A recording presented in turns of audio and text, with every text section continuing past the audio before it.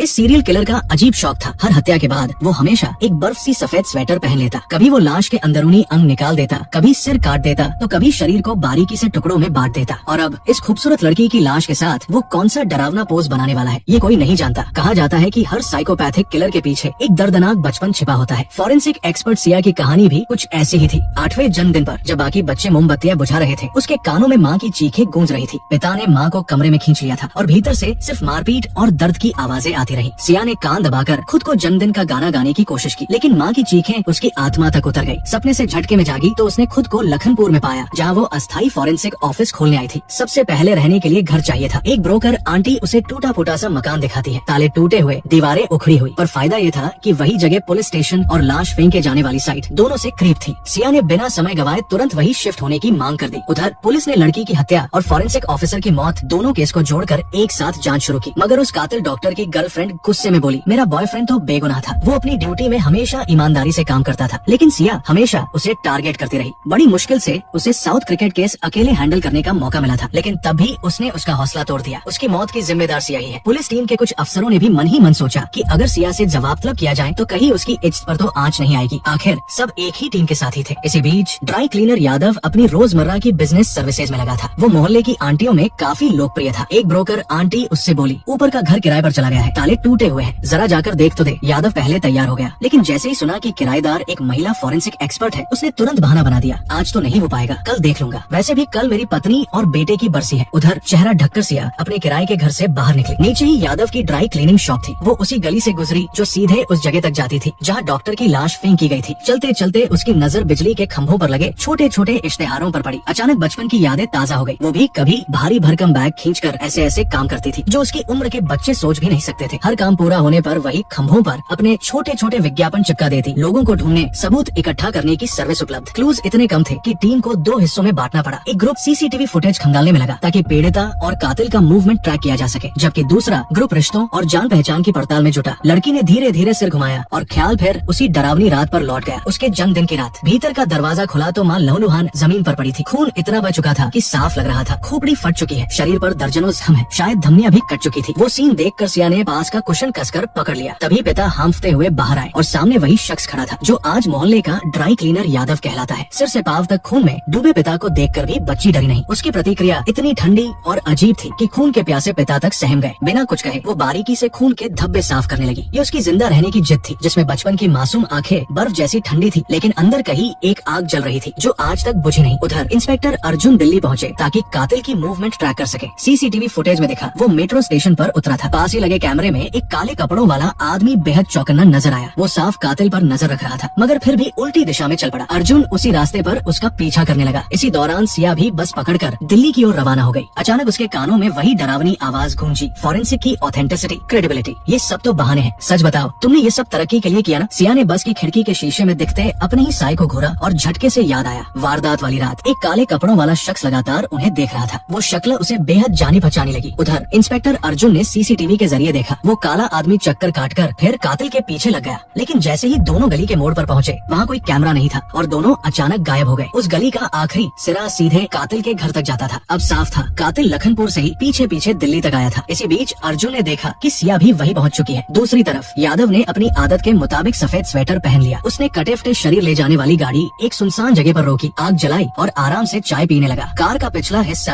अभी भी खून से लथपथ था। अंदर एक छोटी बच्ची बैठी थी जो पिछले शिकार के धब्बे साफ कर रही थी। सब कुछ एकदम साफ होने के बाद यादव अंदर गया और अगले शव के टुकड़े टुकड़े करने लगा। इस बार की शिकार वही थी जो अपनी जिद और बेपरवाही से खुद को मौत के मुंह में धकेलाई थी। एक खूबसूरत लड़की, लेकिन पैसों के लिए उसने गलत चाल चली और यादव से 4000 वसूलने की कोशिश की। नतीजा ये हुआ कि अब वही उसकी मेज पर पड़ी लाश बन गई। इस दिखाने के लिए उसने उसके लिए खास कफन तक तैयार कर रखा था। यादव ने चश्मा उतारकर साफ किया और ध्यान से शव को देखा। पहला चरण पूरा हो चुका था, खून फर्श में समा गया था। उसने बड़े सलीके से निकाले गए अंग एक बाल्टी में रख दिए। दीवार पर इंसानी शरीर की एनाटॉमी की तस्वीरें चिपकी थी, जैसे ये कोई रिसर्च लैब हो। फिर हाथ में उठाई गोलारी। आमतौर पर ऐसे केस में सर्जरी या पोस्टमार्टम में लाइन सॉ या मेडिकल आरी का इस्तेमाल होता है, लेकिन वो तो देसी अंदाज में बैरमी से काट रहा था। कटाव बेहद भद्दा और आसमान था। काम में न सफाई थी, नहीं कोई फिनिशिंग। बाहर खड़ी नन्ही बच्ची खामोशी से इंतजार कर रही थी, मानो ये सब उसकी आदत बन चुकी हो। मगर उसमें वो लगन नहीं थी जैसी कभी सिया में थी। सिया तो बचपन से सब कुछ गौर से देखती और खुद हाथ गंदे करने से नहीं कतराती थी। उधर सिया और अर्जुन खाना खाते हुए केस पर चर्चा कर रहे थे। अर्जुन ने उससे काले कपड़ों वाले शख्स के उसकी पहचान पूछी, लेकिन उसे कुछ याद ही नहीं आया। वो केस की डिटेल्स निकालने में जुटी रही और अर्जुन ने भी उस बात पर ज्यादा ध्यान नहीं दिया। लड़की की लाश और उस डॉक्टर दोनों में एक जैसी बात सामने आई थी। मरने से पहले दोनों को नशे का इंजेक्शन लगाया गया था। अगर ड्रग भी एक ही निकला तो साफ था ये काम किसी सीरियल किलर का है। लैब रिपोर्ट में पता चला कि लड़की के शरीर में बाफलो नाम की दवा मिली है, लेकिन सिया ने ये राज अर्जुन से छुपा लिया और सिर्फ इतना कहा, कुछ खास नहीं मिला। अर्जुन ने आज की जांच में काले कपड़ों वाले शख्स पर शक पक्का कर लिया और बोला पुलिस स्टेशन पहुंचते ही उसका वारंट जारी करवाऊंगा। ये सुनकर सिया के चेहरे का रंग उड़ गया। तभी लैब से फिर कॉल आया। डॉक्टर के शरीर के टुकड़ों में भी वही दवा पाई गई। सिया ने सफाई दी। 72 घंटे बाद शव से दवा के अंश खोजना मुश्किल होता है। ऊपर से उसकी गर्दन और सिर अब तक मिले नहीं, इसलिए इंजेक्शन का निशान भी कंफर्म नहीं हो सकता। लेकिन सवाल ये था, वो इतनी अहम बात छुपा क्यों रही थी? क्या सचमुच बाफलोन यादव की पहचान का हिस्सा था? इसी बीच अर्जुन को थाने से फोन आया। एक चश्मदीद ने काले कपड़ों वाले उस शख्स को देखा था। वो तुरंत लखनपुर लौट पड़ा। सिया और भी बेचैन हो गई। नहीं, उसे मैं पहले ढूंढूंगी किसी भी हाल में। अंधेरी गली में चलते चलते उसने अचानक कदम रोक दिए। सामने सड़क पर एक औरत की लाश पड़ी थी। लाश ने सफेद ड्रेस पहन रखी थी। पैरों में चमचमाते सिल्वर हील्स थे, लेकिन एक पैर काटकर धागे से बांधा गया था और दूर फेंक दिया गया था। उस जूते पर पूरा खून जमे हुए था। दोनों हाथ दीवार से बंधे लटके हुए थे और लंबे बालों ने चेहरा ढक रखा था। सिया ऐसे नजारों की आदी थी, इसलिए जरा भी नहीं डरी। उसने धीरे से बाल हटाए। सामने एक खूबसूरत औरत थी, मगर उसके होंठ मोटे धागों से सील दिए गए थे। ये बिल्कुल वैसा ही था जैसे बचपन में सिया अपने गुड़ियों के साथ किया करती थी। लाश के हाथ पांव जोर से काटकर फिर धागों से सिल दिए गए थे। ये तरीका भी उसी के बचपन की प्रैक्टिस से मिलता जुलता था। सिया चुपचाप देखती रही, फिर जेब से सर्जिकल चाकू निकाला। आदतन जैसे अब भी उन सिलाइयों को काट देना चाहती हो। तभी फोन बजा। स्क्रीन पर अननोन नंबर चमक रहा था। दूसरी तरफ से आवाज आई, इतनी जल्दी मुझे भूल गई? बेटा, ये तो बहुत बुरा किया। मैं हूँ तुम्हारा बाप यादव। वो यही कहीं पास ही था और सिया को देख रहा था। उसने कहा, आज तुम्हारा जन्मदिन है और मैं तुम्हें एक खास तोहफा दूंगा। यादव उसे बचपन की बातें याद दिलाने लगा। जब भी कोई मरता और लाश निपटाई जाती, छोटी सिया आसमान की तरफ देखती और टूटते तारे का इंतजार करती। यादव समझता था कि शायद वो मृतकों की आत्मा के लिए प्रार्थना करती है, लेकिन बाद में पता चला वो रोज लाश देखना चाहती थी, क्योंकि हर हत्या के बाद उसका बाप उसे सुशी रोल खिलाता था। आज भी पिता ने उसकी ख्वाहिश पूरी की। जन्मदिन पर उसे मिला ताजा लाश और सुशी रोल। सची कहते हैं, जैसा बाप वैसी बेटी। दोनों का ये हिंसक मिजाज एक दूसरे पर असर डाल चुका था। सिया तंग गलियों में उसे ढूंढती रही। यादव ने देखा कि वो रास्ता भटक गई है, तो उसने एक बोतल फेंकी, जैसे कोई इशारा हो। दिशा पकड़कर सिया दौड़ी और एक अंधेरी गली में पहुंची। वहाँ एक बड़ा सा सूटकेस रखा था और उसके ऊपर रखा था सुशी रोल। यही था पिता का जन्मदिन का तोहफा। फोन से उसकी ठंडी आवाज आई, ये सब देखकर क्या सोच रही हो? बदला लोगी मुझसे? अफसोस, तुम अभी तक अपने बाप का दिल नहीं समझ पाई। सिया के हाथ पर बचपन का पुराना जख्म था। कभी कुत्ते ने काटा था, मगर उस वक्त भी पिता ने उसकी परवाह नहीं की थी। उसने बस एक बात सिखाई थी, जब कुत्ता तुम्हें काटे तो हाथ बाहर खींचने की कोशिश मत करो। हाथ उसके गले में डालो ताकि उसे सांस न मिले, तभी वो छोड़ देगा। ये वाक्य उसने दिल पर लिख लिया था और वही उसकी जिंदगी का नियम बन गया। तुमने मुझे काटा है तो अब से मैं तुम्हारे गले में हाथ डालकर देखूंगी, कैसा रहेगा? चलो एक बार फिर उसी तरह खेलते हैं। ये ख्यालों में घिरकर उसने अपने दर्दनाक बचपन की आवाजें सुनी। फिर एक धीमी टोन में जैसे कोई कह रहा हो, जल्दी मिलेंगे मेरी बच्ची। वो सुशी रोल उठाकर खाने लगी। अब सवाल यही बचा कि उसका और यादव का रिश्ता आखिर कैसा था और आगे क्या होने वाला है।